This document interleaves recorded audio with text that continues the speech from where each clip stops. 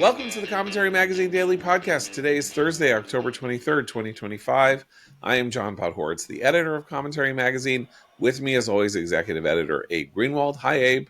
Hi, John. Social commentary columnist Christine Rosen. Hi, Christine. Hi, John. And joining us today, Commentary's contributing editor, columnist, and podcaster at the Free Press, and everybody's favorite breaking history historian, Eli Lake. Hi, Eli. Oh, it's great to be back, John. Thanks for having me.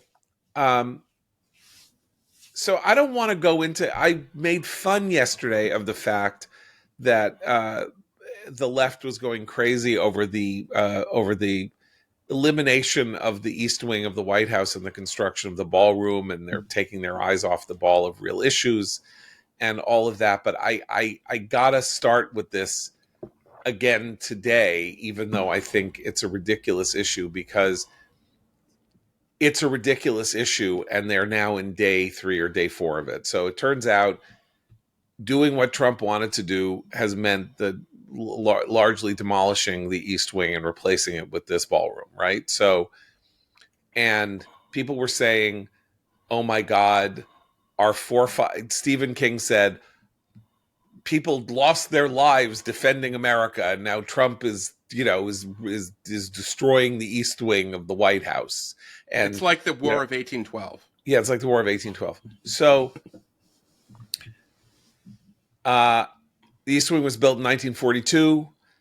Other people have surfaced the fact that in 1949, Harry Truman gutted and rebuilt the White House. Now, I'm guessing, by the way, though, a lot of this is not really being mentioned, that there have been a lot of renovations in and around the White House that we've never heard about for national security reasons, that there's a lot of equipment, a lot of stuff in the White House for dealing with, black swan nuclear events and that sort of thing that has occasioned all kinds of work around the complex that actually has gone invisible. Barack Obama had a $300 million renovation project, it turns out, beginning in 2010. This is going to cost $300 million. So I'm only bringing this up because it's amazing how a news story can capture people's imaginations that has genuinely no meaning. Now, I don't like the look of the pictures that I've seen of what it's going to look like when it's done, if the pictures I'm seeing are real and aren't just some weird fake AI thing. But I hate Trump's aesthetic. I don't like what he's done with the Oval Office. I don't like Trump's buildings. I don't like his aesthetic. I'm sure it's going to be ugly by my lights and by the lights of a lot of people. But I find if you want me to take seriously the idea that Trump is threatening our democracy, the fact that he's making changes in the White House is not the way to convince me. Okay, so I listened to y'all yesterday and to the discussion, and since I wasn't here, I do, and I'm not playing devil's advocate. This is my honest opinion. The Truman renovation happened because the White House was falling apart. It actually needed a gut renovation, needed updating. So it wasn't just a choice to expand or do any of the things that Trump's doing. I agree with you, John. The scale of what he has done is I feel it's out of scale, judging by the drawings we've seen. I think in that sense, it'll be. It just won't look as good as what was there before. But what was there before was just like cramped office buildings built in the 40s, as you say. It wasn't some important piece. And he has actually been very good about noting he's not touching the original White House structure. That's going to be preserved. However, I think the challenge is twofold. The left loves this because we are now a visual culture, and it is a perfect visual metaphor for what they think he's doing to the country. So that's why you're going to keep seeing it on the front page of all the newspapers. But secondarily, he was not really good about communicating what he was doing. He was a little cagey. Oh, we're going to do this. I think it would have been less alarming to people if he'd shown it earlier. I mean, he talked about it here and there. It's like that arc he wants to build on Memorial Bridge, on the Arlington side of Memorial Bridge. I think that would be fine, but it's the way he just kind of says as a fait accompli, like, we're doing this, and there's no explanation. And it is the people's house. I mean, he's only a temporary visitor, and whoever comes in next can undo it if they want to. But I think those two things, the visual metaphor and a visual culture, and the fact that he sort of always seems to just declare what's going to happen without any sort of attempt to do the explanatory part, and that's his style. We know this. So I think those two things in combination have led people to be a little hyperbolic in their reaction. Is it also, do you think, a function of this thing where Americans now pretend to no longer aspire to opulence, and that this is so this offends them because meanwhile they love, they'll fawn over the gowns at the Met Gala, whatever, but that's okay for them.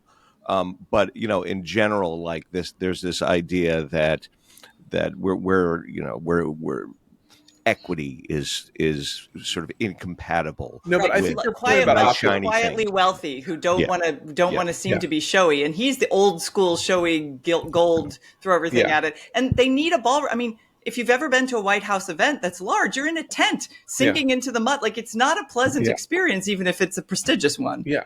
But okay, so you call it the people's house, and it is the people's house. That's the amazing thing, that we have a country whose, not seat of government, but whatever you want to call it, whose representative building, right, the synecdoche of the country's government, is called the White House. It's not a palace, it's not a chateau, it's not this, it's a White House. It's plain American, low church, shaker, it's like unopulent, right? That's the whole point of how we think about our institutions of government. They're not supposed to be, it's not supposed to be opulent. That's not who we are. That's compared to the Capitol, which is much bigger and much grander. Right. That was the contrast. Right, but the Capitol, and the Supreme Court and other are based on a different architectural model, right? The White House is early 19th century, and then additions like porticos and things like that granded it up according to 19th century principles. But it's supposed to be plain, relatively plain. So Trump isn't plain, and I hate his aesthetic. I just want to make this clear. Like, I don't like any building that he has ever built, but that's my taste. And it's not as ugly as the Obama library.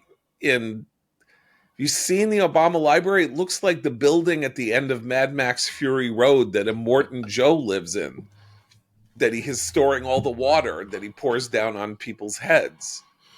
I mean, it's the ugliest building that I've ever seen. Now, I'm not whatabouting. I'm just saying the right had like a hilarious fit last week about the Obama library and how ugly it was. The left is having a fit this week about this, but they're trying to connect it to this idea that it's no kings and he's a king and all of that. And I don't even know why I'm feeling the urge to talk about it, but like the pomposity with which people have said things like, the taxpayers paid for the East Wing and now it's being destroyed.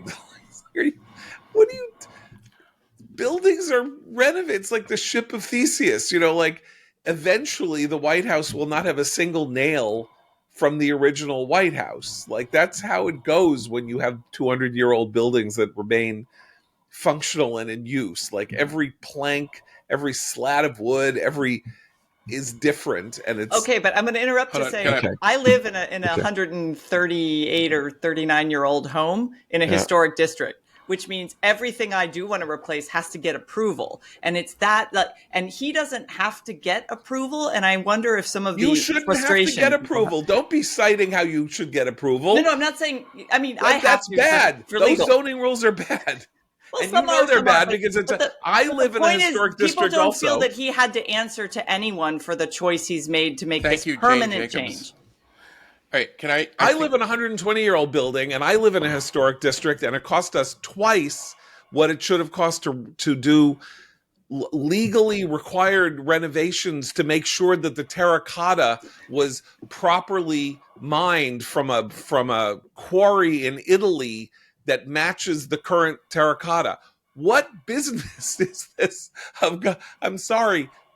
So that's part of it also as my own libertarian. Good. Let him, he wants to do it. It's, he's out in 3 years. He wants a ballroom that he can use while he needs to get the construction going. He's not going to go through a Euler process and have a landmarks preservation board telling him what to do. He's the president of the United States. He got 77 million votes. Some schlep from the architecture department at American University isn't that shouldn't have the power to tell him. I do believe in oversight, and there's a House Oversight Committee. I guess it could complain that he's misusing the funds, except he's not using public money. He's not using public money. Okay. I think there's an historical analogy kind of picking up on Christine's point. The last real populist president was Andrew Jackson. And his inauguration featured literally a riot because he let everybody in the White House. Mm-hmm. And even though we didn't have photography video at the time, that was an enormous story that outraged all of basically what would become the Whigs. And this is a similar thing where all you need to see is the wrecking ball on the East Wing. And that confirms the fears of all of these establishment forces of, expressed by the Bulwark and leading Democrats, that the populists are wrecking our, Republican and Democratic experiment. And I think it's a similar kind of dynamic, which is that is extremely provocative. Obviously, the riot was not intentional, and I don't think that Jackson intended to do it. I think maybe Trump's having fun with the trolling, but it's serving the kind of same purpose. It's a story that is meant to outrage, and one half of the electorate that has outraged the other half of the electorate who voted for the populist. So, it's kind of part of the cycle. I think it's very similar in another sense from when Biden had, the trans people on the White House lawn. And that was incredibly offensive to half the country. Wasn't there a flash, Christine? Is that right? Like someone.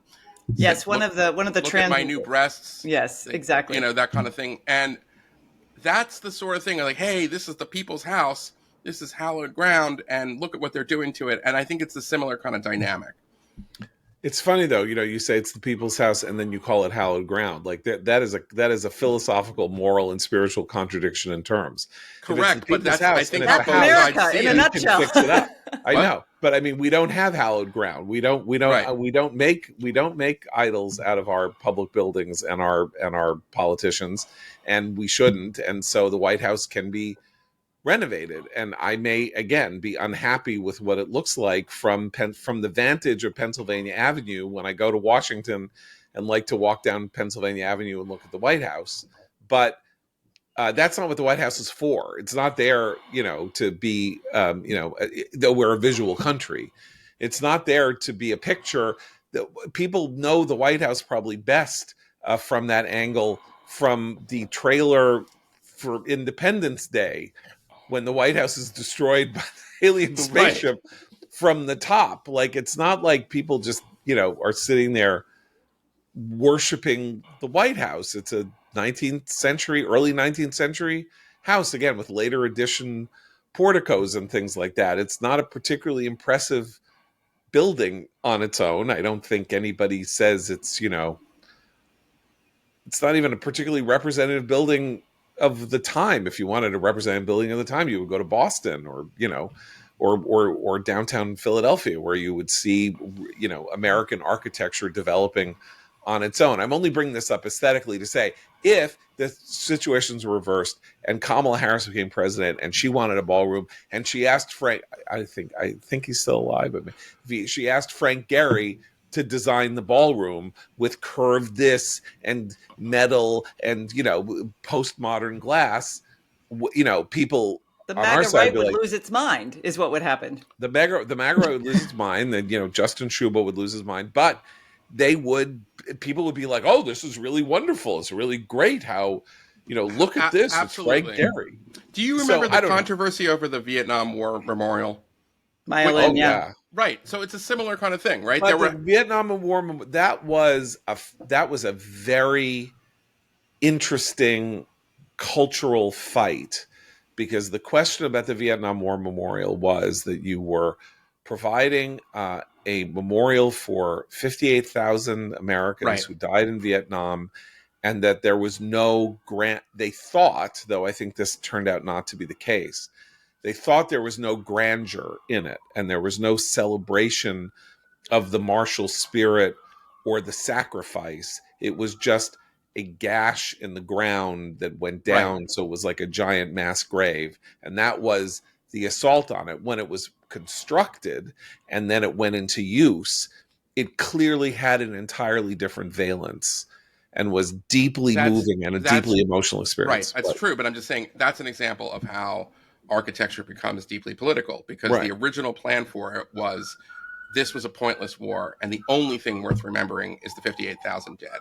right. And we should, Versus there were Yeah, still Americans at the time, I know because I have a dear cousin who fought in the Vietnam War, who resented the idea that that everything was for nothing. There were a right. lot of veterans who felt that way, and a lot of Americans who were like, Yeah, "Oh, this is some lefty claptrap," and look at what yeah. they and I think that there's a kind of similar. So it follows a pattern in that regard.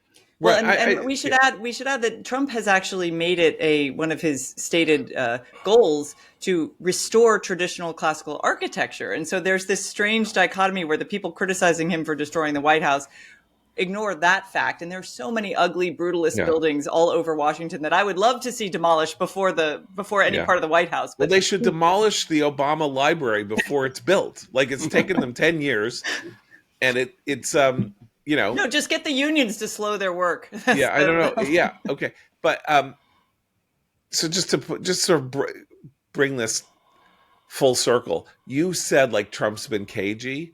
I expect for once I'm guessing that is not true. What I mean is that when they started doing the work on the structure to build the ballroom, it turned out that it was not architecturally feasible No, to that makes sense. attach it to the It's the size. Remember, it yeah, started out as being like 600, holding like 500 or 600, and now it's like 1,000. So it's the size and scale part that I think he hasn't right. been But I consistent. think as often happens with renovations, people start doing the initial work and they're like, the joists, they're just not going to support they're not going to.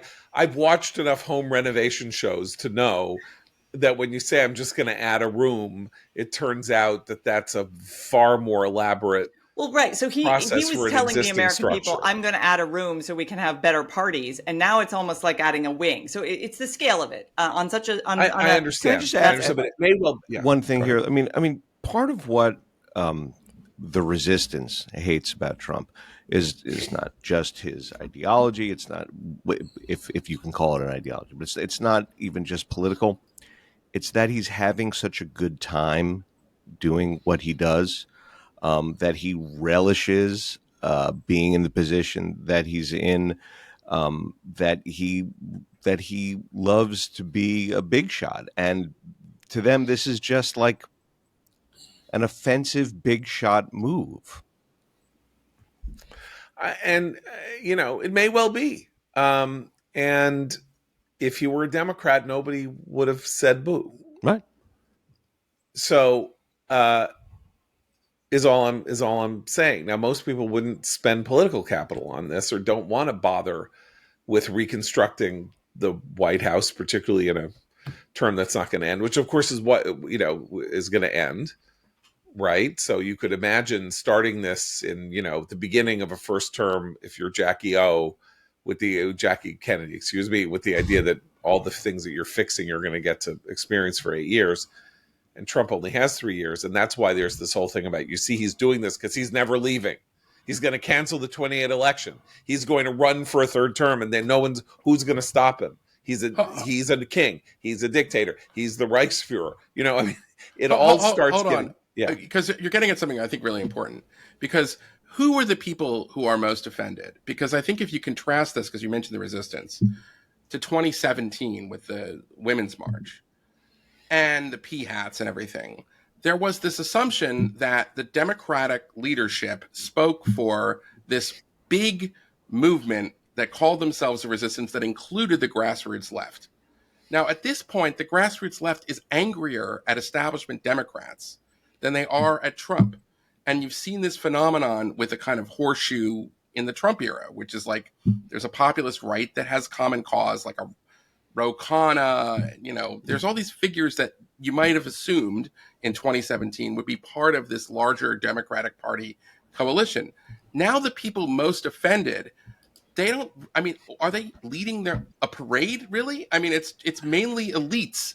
It's not the rest. I don't think that the people, the Graham Planter voters, Plattner.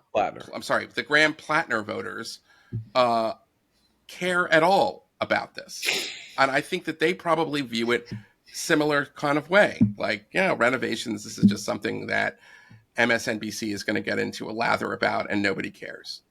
And that's, I think, another thing which sort of exposes them as they're not speaking for half the country. They're speaking for, like a little bit. They're speaking for, a faction, but it's a faction of kind of discredited elites at this point. Whereas Trump really does have a movement behind him. They are going to try to make people care, though. I noted that in Politico's newsletter this morning, someone's polling. They're trying to get the public. It's like, you might think this is an inside the Beltway elite story, but let's look at what the country thinks. And so they did this poll which said half the country finds this horrifying. So I think it's one of these stories, and there have been several of these in the second term Trump administration, where the elites are angry and they want the rest of the country to care. And sometimes that takes, but rarely does it work as well as they think it will. Right. But I'm saying the ICE stuff, that gets the base really upset. And in some ways, you could see the leadership kind of, they don't know what to think. Because on the one hand, they're getting the message from most voters that you got to do something about the border. But on the other hand, this has gone too far. And their people are like, no way. But this one just strikes me as it's like a fizzle. And that's what makes it kind of ridiculous.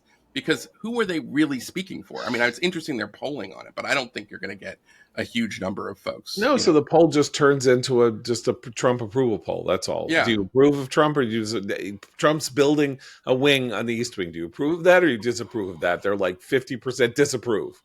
Because like if you said Trump just took in some oxygen and then he expelled CO2 in his out breath, do you approve or disapprove of his taking that breath? 50% would say no. Like that. So it's those polls are always interesting if they feature numbers that are that startle you, right? If in other words, like if 80% of people said, I don't care that Trump has put that the East Wing needs a ballroom, then you would go, whoa, that's sort of interesting. Or vice versa. It's like, okay, that's it. He's going too far. Leave the White House alone, you goon. 70% oppose it. Then it would matter that it is, whatever. He shouldn't do it because I don't like him and I don't like anything he does.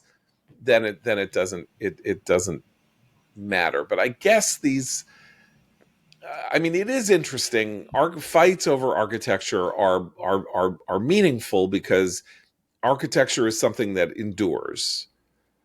Right. So you build, there are buildings built in the 1960s in Washington that are monstrosities. Horrible. That were built, to conform to the fashions and ideas of the elite architecture world of the time, most notably the Department of Housing and Urban Development, which is, I wouldn't say it's the ugliest building in the world, that's but that's the FBI building is the ugliest. Okay, so the FBI building is the ugliest building in the world. Like, I wouldn't say museum to the deep state, according to Kash Patel. Still waiting. Fair enough. Okay, so there are plenty of like hideous, horrible things, and architecture then becomes controversial because it's going to stand there in your line of sight forever. Right. So there's this one moment, stunning moment in American cultural history back in the 90s when there was this in the now, sadly, of course, no longer there, World Trade Center Plaza. There was this piece of public sculpture called Tilted Arc by Richard Serra, which was a giant, long piece of bronze, like it was like a gash in the middle of the plaza, make it, and it was hideous, and everybody hated it. And it took, and 25 years after it was put in place, it was removed. And there were howls of outrage from the art world. And there were, it's almost like, a parade of joy among everybody who had to live anywhere near or work anywhere near in proximity to Tilted Arc. So it's not that it doesn't matter. It matters. It's a thing, and it is an expression of something. Trump gilding up the Oval Office is an expression of something, but that is impermanent. Like, as I said yesterday, president comes in after him can take it all out and skim coat the walls, and it'll look the way it did before he was ever there. So that's nothing, It all, and they did it over a weekend, so it's not. But so it's not like.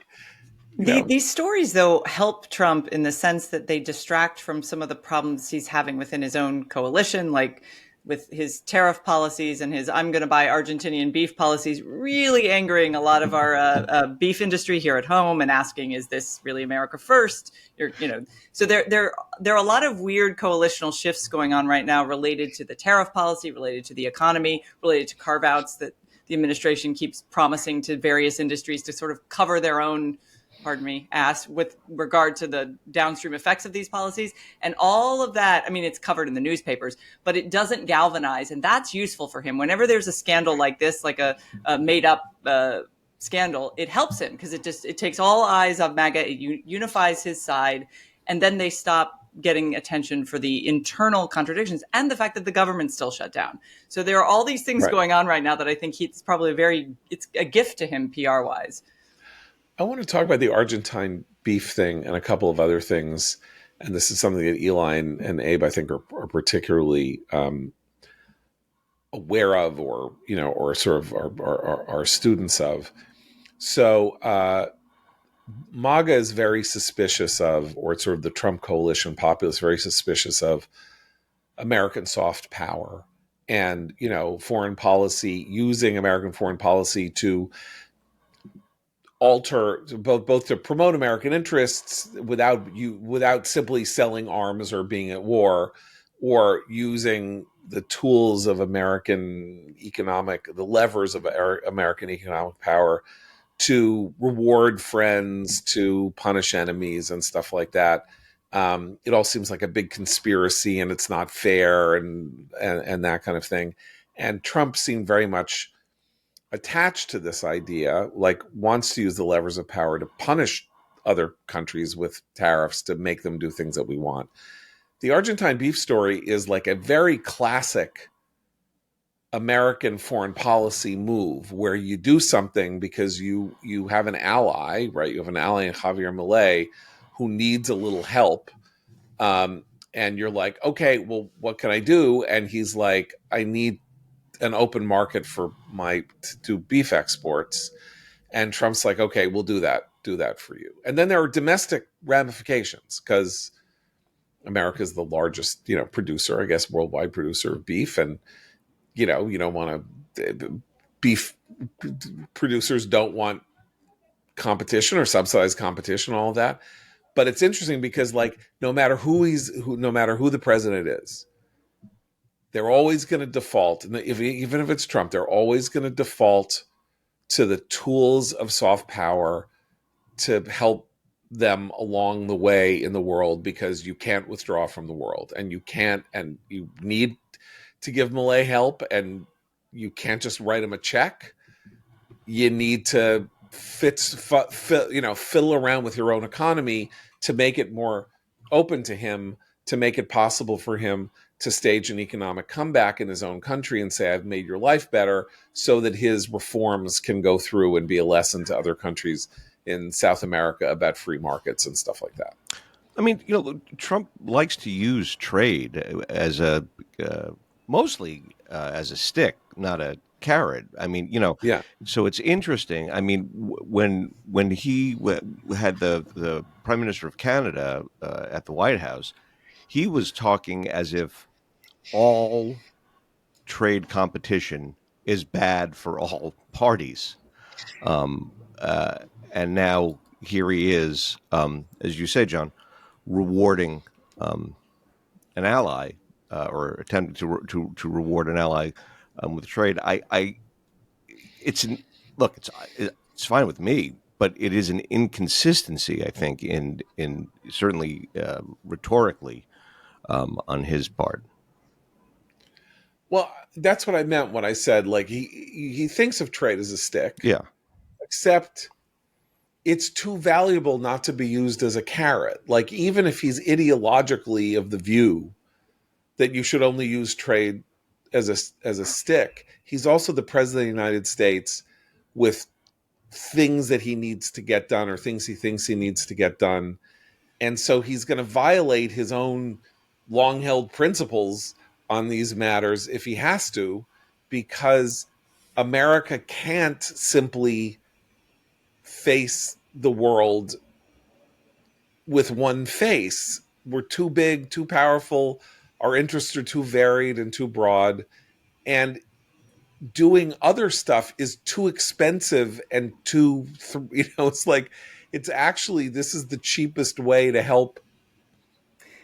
But it's Well, not. This isn't just a diplomatic effort on Yeah. his part to help Malay. Beef prices are at an all-time high in this country. So Right. flooding the Yeah. market with less expensive beef would bring I think Fair enough. the argument is would bring consumer prices Yeah. down. But that's where the contradiction that Abe's pointing to is important, because if he's for the American farmer, and the American farmers were very much behind Trump in his reelection, he got their vote.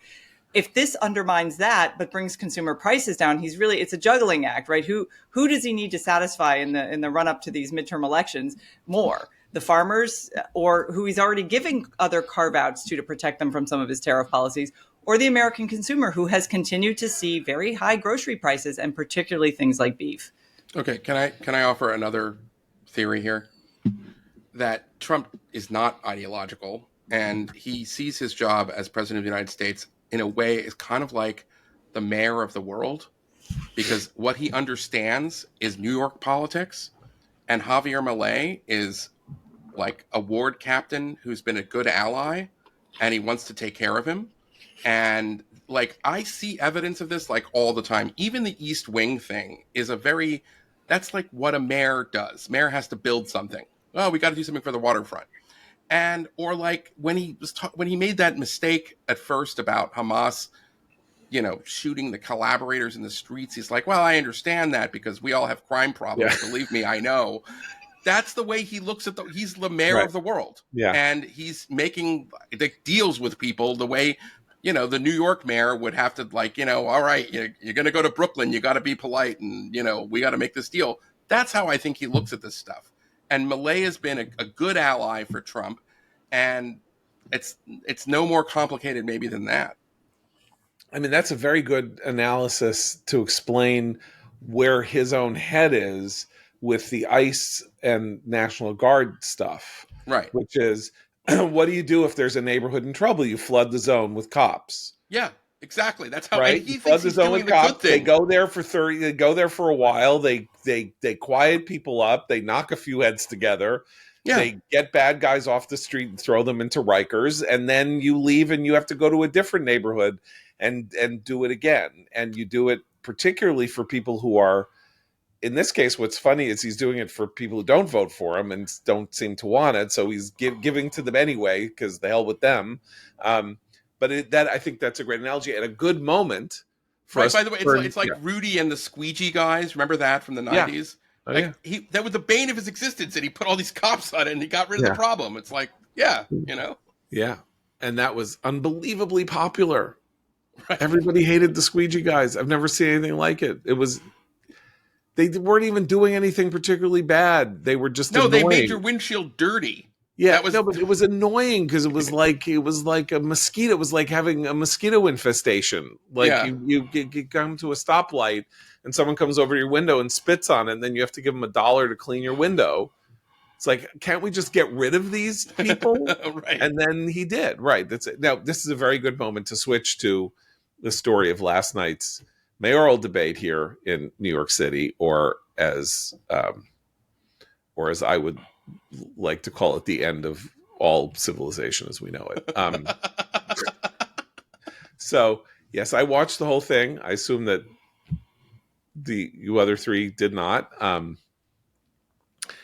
So Zohran Mamdani is going to be mayor of New York, barring some black swan event in the next 2 weeks. Nothing that really happened at the debate would lead you to think that there was any kind of momentum shift or anything like that. But and he did this yesterday afternoon in a leak, and then at the debate, he did this one very interesting thing, which is that he announced that he was going to keep on Jessica Tisch as the NYPD commissioner. Jessica Tisch has only been the commissioner of the New York Police Department since January or February. She became popular in the city under Mayor Adams because she came to be known as the Rat Czar. She was the person who she was essentially the sanitation commissioner and really did come up with stratagems and ways to deal with the fact that the rat population in New York City was going out of control. So then she gets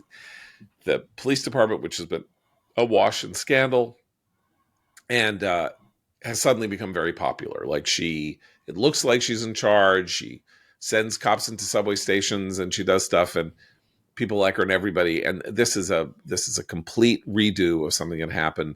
Bill de Blasio announcing that he was going to keep Michael Bloomberg's police commissioner, even though both de Blasio and Mamdani, of course, running as critics of the police department and how terrible it is and how monstrous it is to black people and to minorities and all of that. I don't know how this is going to work. Wins and Jessica Tisch remains the commissioner of the police department because they are ideologically complete opposites. He does not want to prosecute. He does not want to. The DA doesn't want to prosecute misdemeanor crimes, and and Mamdani does not want to arrest people for misdemeanor offenses, which is so dangerous for the future of the city. I can't even begin to tell you because, failure to enforce misdemeanor offenses not only triggers broken windows problems, but means basically that everybody is prey. Like, as long as you don't kill somebody or do something that rises to the level of a felony, you get off scot-free. And once the criminal element knows that that's the case, they can rejigger their behavior accordingly. It's an interesting announcement, and it shows that he's cagier than people might have thought. But he is not a very swift on his feet politician, it turns out. And this is now the second big debate, and he can't improvise. He has the things that he has come up with to talk about, and then he has his dodges, and he memorizes his dodges, but he can't answer when someone challenges him on the dodge. So somebody says, Andrew Cuomo says, you have never denounced globalize the Intifada. And globalize the Intifada means killing Jews, because an Intifada is the killing of Jews. In Israel, globalize it means you get to kill Jews elsewhere, and you've never denounced it. And Mamdani's answer was, I have never supported global jihad. So, are we sure about that? Well, aside from not being entirely sure about that, aside from his rap just career, say it's true. Right. The two are not related, because global jihad is a jihad against everybody who isn't Muslim, and globalizing the Intifada is about killing Jews. So he didn't say, I never said globalize, or I'm opposed to globalizing the Intifada, or he thinks Intifada is a good, and he has decided that it's too dangerous for him to say for whatever reason. Well, this is because Kirsten Gillibrand got it wrong about it. She said that this was months back, had refused to denounce the phrase globalize the jihad or something like that. Right. So she gave him this dodge. Yes. Right. And then she apologized. Yeah. Well, I'll tell you, there's something I think that's really interesting to watch on this. Normally, his party, the Democratic Socialists of America, they must, like, a normal party would be so giddy they finally are getting their most high profile elected politician. This is a big moment for America's socialists. But what are they doing? And I've already seen it on Twitter. There is a call for the New York DSA to censure Mamdani and demand that Tisch is sacked. They've already had a discussion, and I know this from my colleague and the great reporter Olivia Reingold, and they've already had a discussion on their internal messaging board whether they should have censored him less than 2 weeks before the election for saying he would have Zionists in Gracie Mansion in his administration. So, and they, by the way, last year they censured AOC, their biggest star and their most important national figure of the DSA, because she voted for Iron Dome. So there's going to be enormous pressure from this organization, the Democratic Socialists of America, which doesn't hide the fact that they are a bunch of Leninists, kind of ideologue extremists that can tolerate no compromise. They are not really a political party that is compatible with our system, which demands a kind of compromise in order to govern. They are against that. So I'm very curious. I'm not in any. I think Mamdani's heart is in Havana and Tehran. So I am under no illusions about what he really wants to do. But he's at least a kind of aware enough politician to know that he can't get everything he wants, and that in his career will depend on him having success as the mayor of a city. He's got to fix real problems. But his political party, I think you could see a kind of split. I didn't know this. I know this because I'm researching for my podcast on this. Jamal Bowman, who I think all of us would agree is a socialist and hard left, he let his membership to the DSA lapse because he couldn't take it with these people. Okay, but so this is the question about Mamdani, because he is a Democrat, and Andrew Cuomo likes to say, you're a Democratic Socialist, you're a Democratic Socialist. But he is actually the candidate of the Democratic Party. He won the Democratic primary. He is a Democrat now. He wins, he will win as a Democrat. And he has an interesting test, therefore, that the Tisch thing, I don't believe that we should trust that he will pass this test, or that this test isn't disingenuous. But he could be being done a huge favor by the DSA going crazy, because then he can lever that to make it look as though he's moving closer to the center when he becomes mayor. Now, ordinarily, that's something people do when they're running for office. They move to the center. The first move to the center that he has made is this Tisch pick. That is the only move to the center that he has made since he won. You don't count I will have Zionists and anti-Zionists in my administration as a move to the center? Yeah, no, that's what my rabbi said at shul that I left. See, is that I'm Zionists and they're anti-Zionists in my shul and whatever. Yeah, I was going to say I'm more cynical. When he said that about Tisch, who, by the way, I actually want her to lose her job so she can move to DC and solve the RRAD problem. But when he said that, I immediately thought of Joe Biden telling everyone over and over again he would never pardon Hunter. And I just think there's no incentive for him not to reverse course once he wins office, because he has to satisfy not just his DSA nuts, and some of whom will staff his administration, but all those young voters who he's supposedly energized and galvanized, who are going to demand ideological purity. So he's got to give them a few things once he wins. Look, he's a new kind. He is a 33-year-old person who held a nonsense office that he did nothing in for like 4 years, and has no, and he's not beholden to anybody. I mean, that's the funny part about this, is that he's actually, if he's beholden to the DSA, they're doing him a favor, because they're going to make demands of him that he can't meet. Like you say, Jamal Bowman quitting the DSA. Jamal Bowman likely to be his commissioner of education, in case you were ever thinking of moving to New York with children and educating them here in New York in a public school. Do not move to New York, and do not if Jamal Bowman is the commissioner of education. It's bad enough already. We have a terrible we have a million kids school system.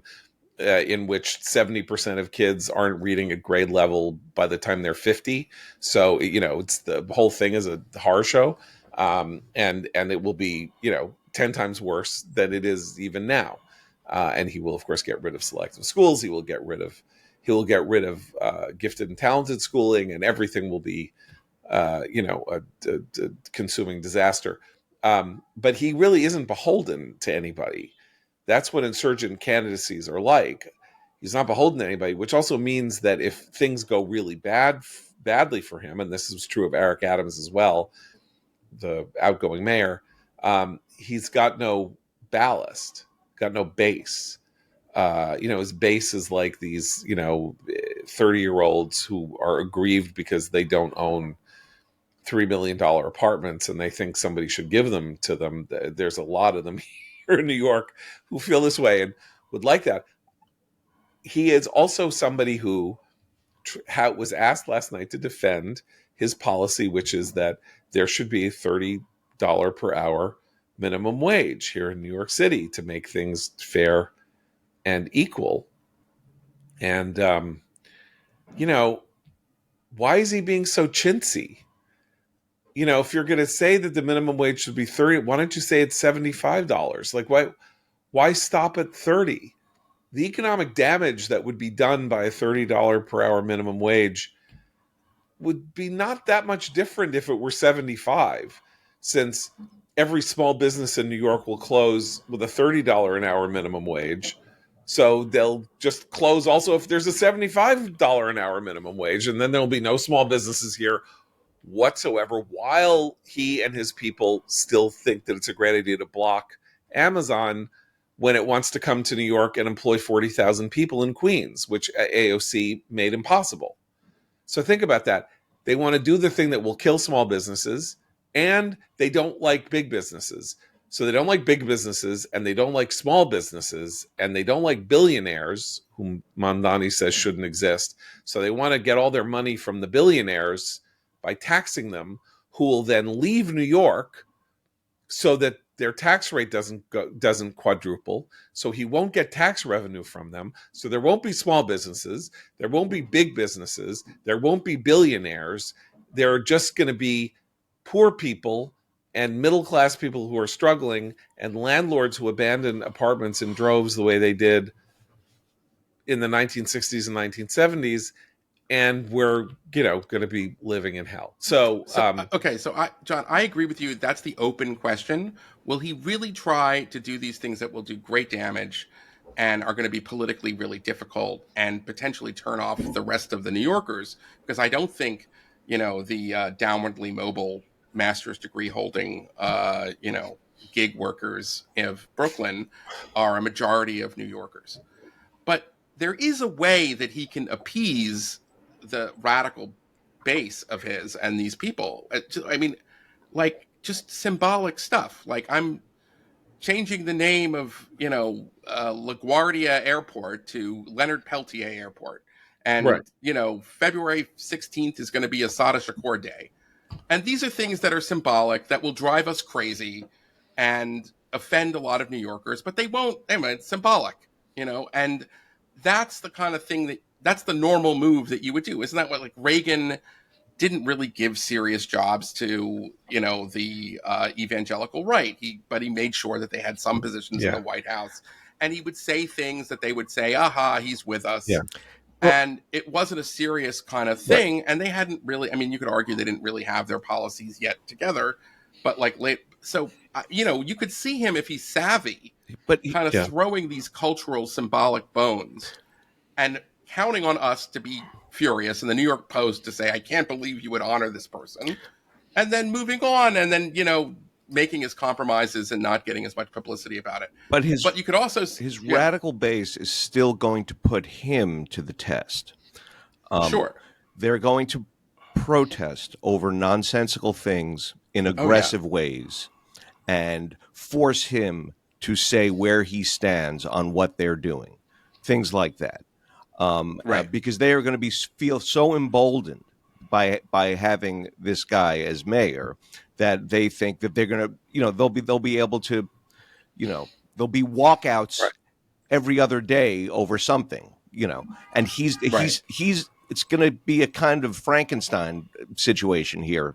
Look, I Yeah, think you both have hit the nail on the head. He can't raise the minimum wage to $30. The Right. mayor doesn't have plenary power to raise the minimum wage to $30. The question is, what does it say about what he will do with the decisions that he can make on economic matters? So, and this is the ultimate problem, or the ultimate hypocrisy of his campaign and the way that the Democratic left talks about these things. He's running on affordability. New York is unaffordable. There isn't enough housing, right? The only way to build affordable housing that's actually genuinely affordable in New York is deregulation. New York is an extraordinarily regulated real estate market. Building codes are nuts. Have security, like fire safety, all kinds of requirements that go above and beyond anything that exists almost anywhere else. It is unaffordable to build an affordable apartment, because the amount of things that you have to do to make that apartment gain what's called a certificate of occupancy are make it so that it costs too much to rent it for $1,500 to $2,000 a month.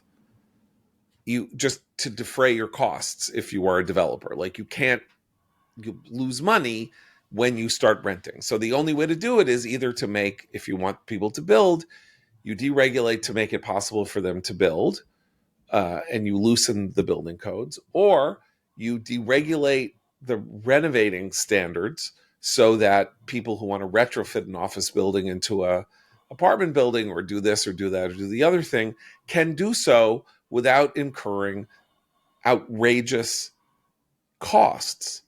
And that is nowhere in that. He hinted at that in an interview that ran yesterday on Andrew Schultz's Flagrant podcast, which is significant because that's where Trump went in the last 2 weeks. And that was a very nice interview, and Trump did very well there and probably helped himself very much. And they loved Mamdani. And at one point, Mamdani in the interview said, I don't think a barber should have to fill out, 26 forms and attend 17 meetings just because he wants to cut hair. So there was a kind of recognition that that was a problem. I'm not saying he's going to do it. I don't know if he really believes it. But it's interesting that he at least, I saw that side of him in that interview, which was otherwise, largely a kind of, like a bro down. But, right.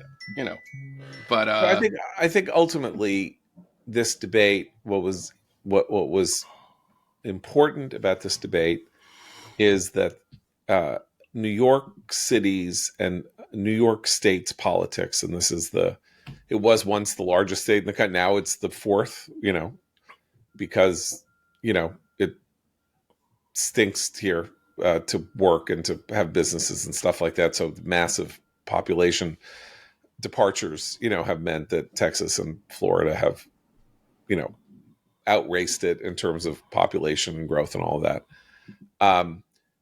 But we just a series of accidents have led us to the political class that we have. We have an accidental governor in Kathy. She won an election, but she only won the election that she won in 2024 because Andrew Cuomo had to quit in 2022 because he was such a monster totalitarian in the way that he imposed COVID regulations and how he dealt with nursing homes. And then people ginned up, and I'm saying this literally, they ginned up a sexual harassment controversy around him, which gave the people who hate him cover to say, we're going to impeach you over sex, because they were too chicken to impeach him over being a totalitarian fascist. I was dropped from the case, John. Yeah, he was dropped from that case. He didn't. It's ridiculous. The sexual stuff against him is ridiculous, but that's how he was gotten. And now we have Kathy Hochul, who is a stumblebum and will likely lose the election in 2026 to Elise Stefanik, unless things go so haywire for Republicans next year. Cuomo became governor because of stumbles in 2008 to 2010 by Eliot Spitzer and David Patterson. Eric Adams ends up mayor of New York City because of the idiotic decision to do ranked choice voting. Mamdani ends up, because Adams takes money from the Turks to get flight upgrades and ruins his own chances to win re-election as a Democrat, and then takes a pardon from Trump, which really ruins his chances. And then Andrew Cuomo is the only person left standing, and everybody hates Andrew Cuomo. And then this anti-Semite socialist Nepo baby ends up winning this election and will end up being mayor. And this is just like 15 years of the politics of a major American state being the result of blunders and accidents and mishaps. It's like duck soup. It's like how Groucho Marx ends up becoming the president of the country in duck soup. I mean, it's an embarrassment, and New York shouldn't remain the capital of the world and the world financial markets, because we don't deserve to remain the capital of anything. Just have a lot of people living here, and a lot of them are like whiny, petulant.